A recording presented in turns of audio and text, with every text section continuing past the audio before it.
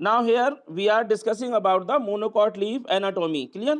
We are studying here the monocot leaf anatomy. So first you will remember here in monocot leaf there are some of specific feature that differentiate from the dicot leaf, right? So first important feature is the bulliform cells. The bulliform cells present only the in monocot leaf in upper surface, right? You will remember here कि bulliform cells are present especially in upper surface of the monocot leaf. This is the special features. And how do they function? They prevent the transpiration. ये क्या करती हैं? ये transpiration को prevent करती हैं. It mean to say कि transpiration को ये कम कर लेंगी, right? कि they inhibit the transpiration rate. So the bulliform cells are important in case of the monocot leaf, and remember they are present only on upper surface like adaxial surface. Second important feature, the number of stomata are equal on both surface.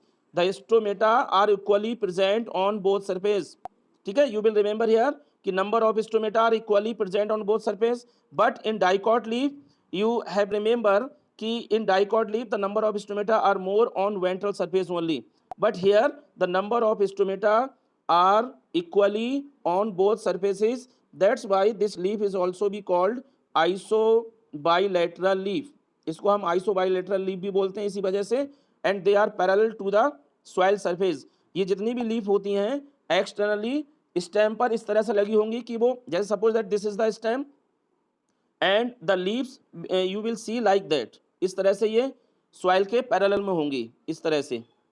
ठीक है, ये soil के parallel में लगी होती हैं and that's why they are called isobilateral leaf. Clear? तो second thing, the stomata number are equal on both surfaces and bulliform cells present only on upper surfaces. Next feature is that the mesophyll tissue is not differentiated. Mesophyll is not differentiated. Clear? Not differentiated. ये mesophyll tissue जो होगा वो differentiate नहीं होगा. mesophyll tissue के बारे में पहले ही बता चुका हूं आपको, because mesophyll tissue comprises two type of cells in dicot leaf only, palisade and spongy. But in case of monocot leaf, this mesophyll tissue comprises only spongy chlorenchyma. यहाँ पर केवल एक ही तरह की सेल्स प्रेजेंट होंगी, स्पंजी क्लोरेनकाइमा. लेकिन अगर dicot leaf थी तो वहाँ पर किस तरह की सेल्स थी? वहाँ पर टू टाइप्स की सेल्स थी. कौन कौन सी? Palisade and like spongy. But in case of monocot leaf only spongy chlorentchiema are present, right? And next important feature is that ki bundle sheath that surround the vascular tissue, and this bundle sheath is made up of only sclerenchyma tissue, right? This is also a feature of the monocot leaf, sclerenchyma.